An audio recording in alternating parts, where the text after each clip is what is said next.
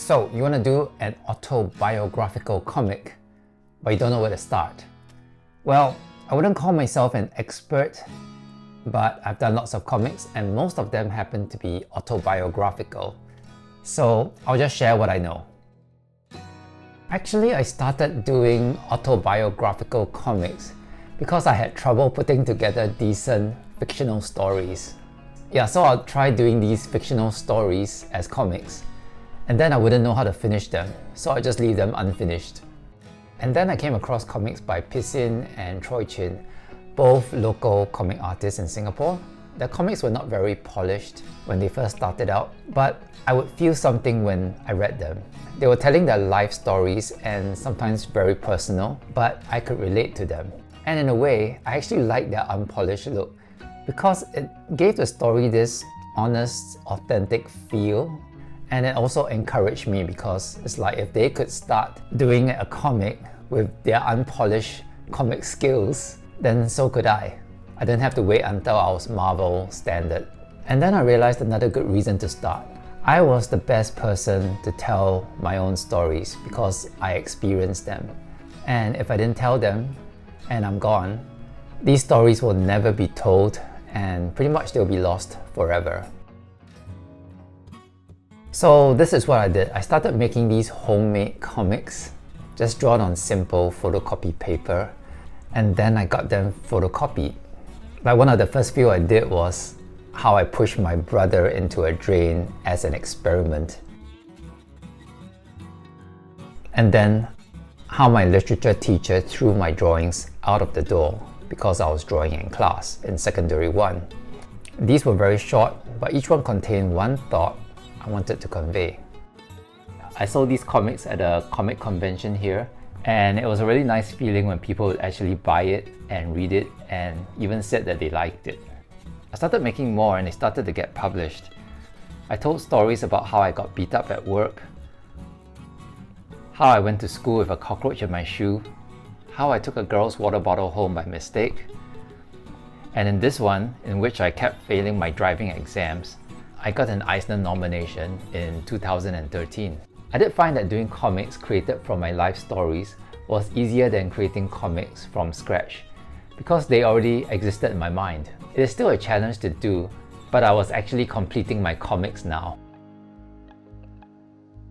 To do them, let's really try to understand what exactly they are. To put it in my own words, I would say that autobiographical comics are actually stories about transformation. It's about how you were transformed as you went on a journey and got from one point to another point in your life. So to start off, I first start thinking about theme and message. I used to think that they were the same thing, but only recently that I discovered that they're actually two different things. Theme is broad, it's about what your story is about or what your topic is. So when I was thinking of the theme for moving forward, I probably did it this way. So I was thinking the story is about me wanting a girlfriend, but I needed a driving license so that I could then go on dates. But I kept failing my driving exams and that made me feel like I was in limbo and I wanted to move on in life. And so what is the story about? Eventually I figured out, okay, this is what it's about. So then I narrowed it down and decided, okay, my story is about feeling stuck in life. And that was my theme. And the theme helps me know what parts I should include in the story and what parts I should throw out of the story.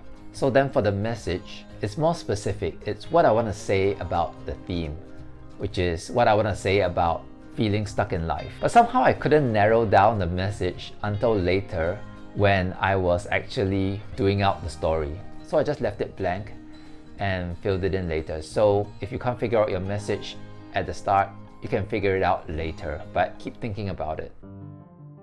For autobiographical comics, I think that's easy. It's somebody that's facing the same struggle you had. Okay, so then I move on to plotting out the main points of the story, like what actually happens in the story. Remember, for autobiographical comics, the stories already exist. They are already there. I just have to tell it in a way that it's clear and it's interesting. I felt the best way to go about it was to imagine that I was at a cafe and I was telling a close friend this story, and just naturally I would tell it in these points. First, my problem, what I wanted, what I did, and then my struggle, what I finally did, and then the transformed state where I got to the place where I wanted to be. For this comic, I had a limited amount of pages I had to fit the story in. So at this point, I allocated the number of pages for each part. Using this basic structure, I typed out the story and started putting in the possible dialogue. I wasn't trying to make the writing beautiful. I was just trying to tell the whole story as simply as possible, just to give me an overview of everything. It was just 1.5 pages, but when I drew out the comic, it would expand to many pages. Then I started to flesh out the story in comic panels. I noticed what I did was I would play the story like a movie in my head and draw out what I saw panel by panel. And I made lots of changes from the typed version as the story got clearer and clearer in my head. I find that it is always super important to put the words and pictures together in the sketches. It's so that when I read through it, I can feel how the words and the pictures work together to tell the story. I can feel whether it's smooth or not. If it's not, I keep reading and I keep adjusting until it's really smooth. Also, when the words and pictures are there, it's easy for another person like an editor to help me check if the story has any weak points and help me improve the story. And then the comic is inked and colored, and this is how the story flowed in the end. So in my story moving forward, my character starts off with no girlfriend and no driving license, and he's feeling stuck in life. He wants to get his life moving forward, so he takes steps to resolve this. So he goes on a journey. He starts taking driving lessons to change things. But he faces a struggle. He keeps failing his driving exams, and it gets darker and darker. It almost feels like nothing is ever going to change. And then he gives it one last try, and he gets to the place where he wants to be. So as I was writing the story, I figured out the message. I was actually saying, when you're feeling stuck in life, the theme, don't give up, keep looking ahead. And that was my message. For the message, I realized that it didn't need to be what the experts unanimously say is the correct answer for the topic you're talking about. Instead, it should be a personal answer. It's what you found that works for you. Did I use story structure? At that time, I was actually afraid of using story structure because I felt that story structures would make my stories feel formulaic, and I wanted my stories to be genuine and come from the heart. But I did roughly know the 4-act structure, and I agreed that things should get more difficult for the character, and the climax should have the highest tension.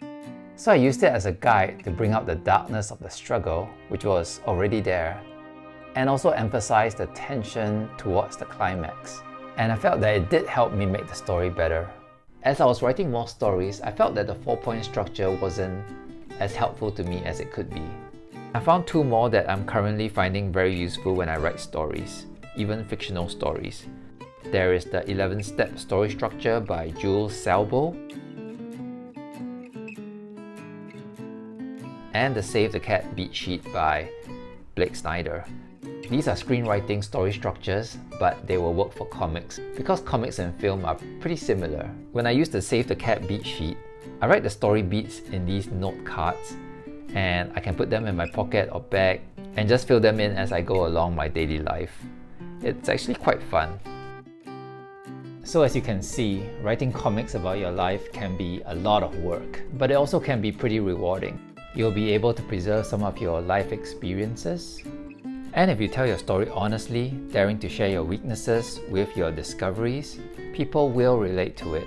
Because inside, we're pretty much all the same. And maybe you might even shed some light for someone facing a similar struggle you had. So I hope this was helpful, and Thanks for watching. If you want to read comics about my experiences as a first-time dad, the link is in the description below.